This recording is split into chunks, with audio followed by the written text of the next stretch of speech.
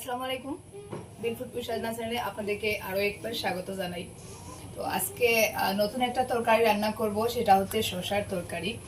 তো আমার বাড়িতে তো এইবার অনেক শসা হয়েছে।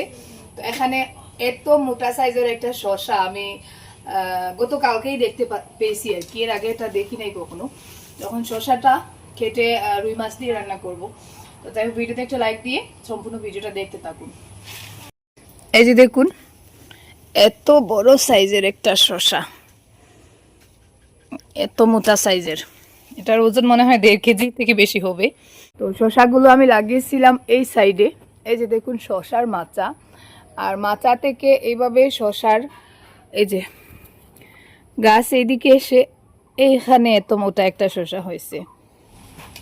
ওয়াও! আর এক দুই দিন না, সরি, আরো 3-4 দিন রাখলে শসাটা পেকে যেত। বিসমিল্লাহিররহমানিররহিম। ওয়াও! ওজন কত আনাইব? প্রায় 2 কেজি। 1.5 কেজিটাই কিন্তু বেশি হইব। 2 কেজি হোক না হোক।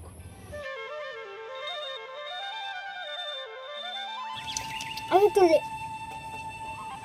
মাফুয়া দুইজনে দড়িয়া তুলিয়া না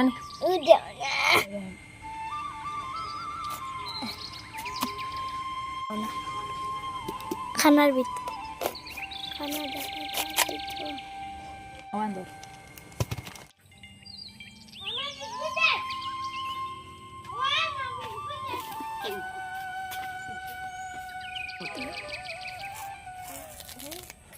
দাম দেওয়া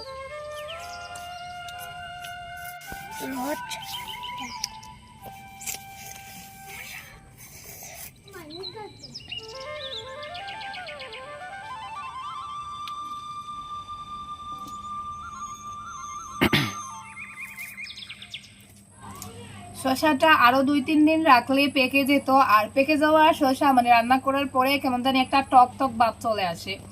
তো আজকে পাড়াটাই মানে আমার জন্য বেটার হয়েছে।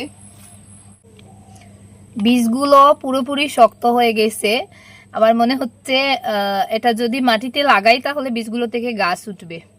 তো আমি চেষ্টা করে দেখবো এগুলো থেকে আবার নতুন করে গাছ চারা করা যায় কিনা।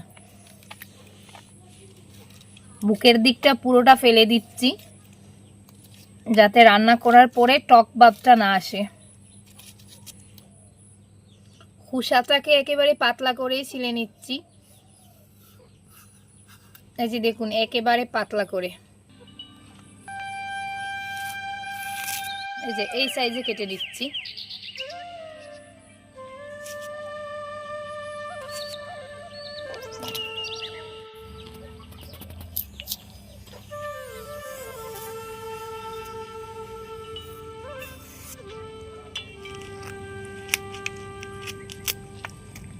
এক টুকরা খাইয়া দেখি জেনটেঙ্গা আসেনি,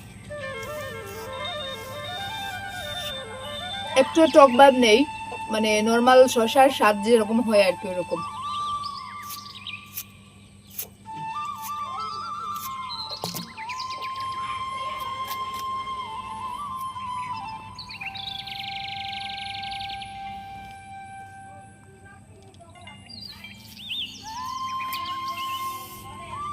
চুলায় আগুন জ্বালার চাকরিটা ওর, কারণ আমি আবার মাটির চুলায় আগুন জ্বালাতে অতটাও এক্সপার্ট না। এখানে নিছি রুই মাছ, 5 পিস রুই মাছ। তো এখন মাছটাকে গুঁড়া মশলা দিয়ে মেখে নেই।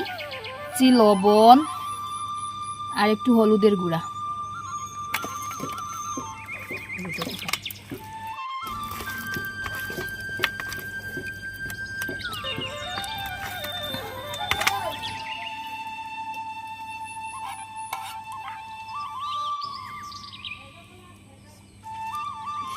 বিসমিল্লাহিররহমানিররহিম। আলহামদুলিল্লাহ। গুরু মিয়ার বউ। বিসমিল্লাহিররহমানিররহিম।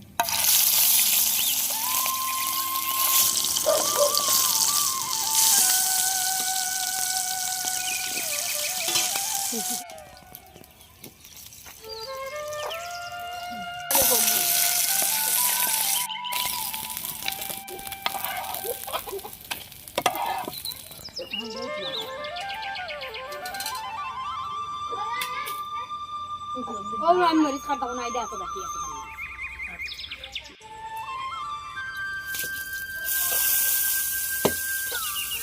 বিসমিল্লাহিররহমানিররহিম।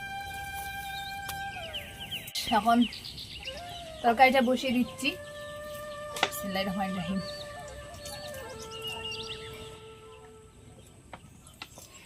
দিয়ে দিচ্ছি সামান্য একটু গোটা জিরা, পাঁচফোড়ন, পেঁয়াজ। পেঁয়াজটা মোটামুটি ভাজা হয়ে গেছে। এখন দিয়ে দিচ্ছি রসুন,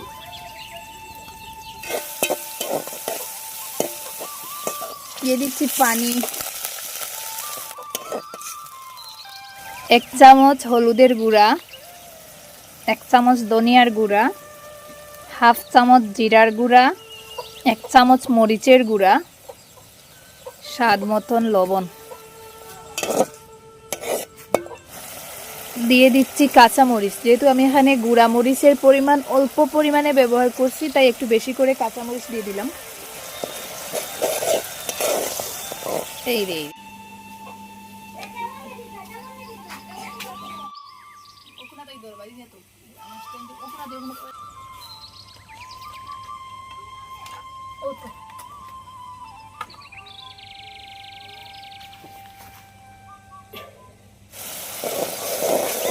মশলা কষানো হয়ে গেছে। এই যে দেখুন মশলা থেকে তেলটা ছেড়ে দিছে, মানে তেলটা উপরে বেশি আসছে। এখন শসাটা দিয়ে দিচ্ছি। বিসমিল্লাহির রহমানির রহিম।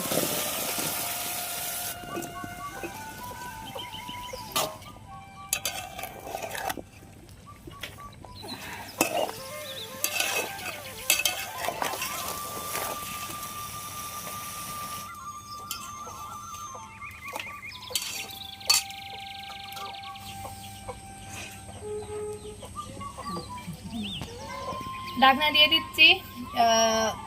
শসা থেকে যেহেতু কিছু পানি বের হয় লাউয়ের মতন, তাই একটু পর পর 4-5 মিনিট পরে একবার নাড়া দিয়ে দিব।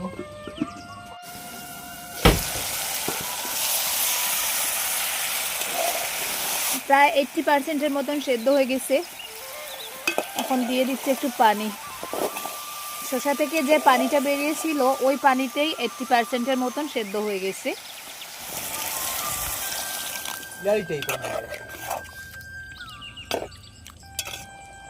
আরো 5 মিনিট জাল করে ঝোল এড করে মাছটা দিয়ে দিব। বিসমিল্লাহির রহমানির রহিম।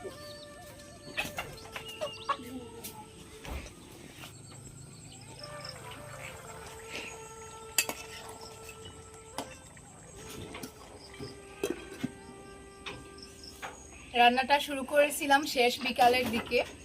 তো রান্নাটা শেষ করতে করতে দেখুন অন্ধকার নেমে পড়ছে, মানে সন্ধ্যা হয়ে যাচ্ছে। তো যাই হোক, রান্নাবান্নারও আর বেশি সময় লাগবে না, আরও 5-7 মিনিটে আমার রান্নাবান্না কমপ্লিট হয়ে যাবে।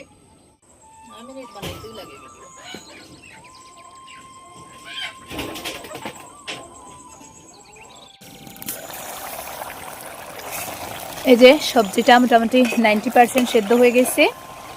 এখন ঝোল এড করে মাছটা দিয়ে দিচ্ছি।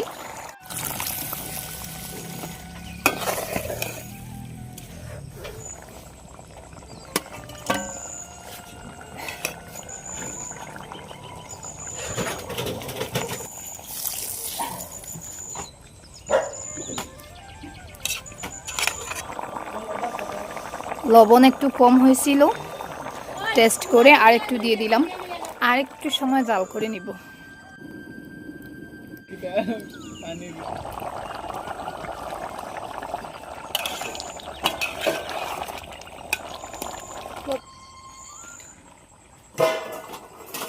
রান্নাটা হয়ে গেছে, ধনিয়া পাতা দিছি, দিয়ে মানে 1/2 মিনিটের মতন জাল করে নামিয়ে নিব। এখন আমার রান্নাটা শেষ। এখন পাতিলটা নামিয়ে নিচ্ছি। বিসমিল্লাহির রহমানির রহিম।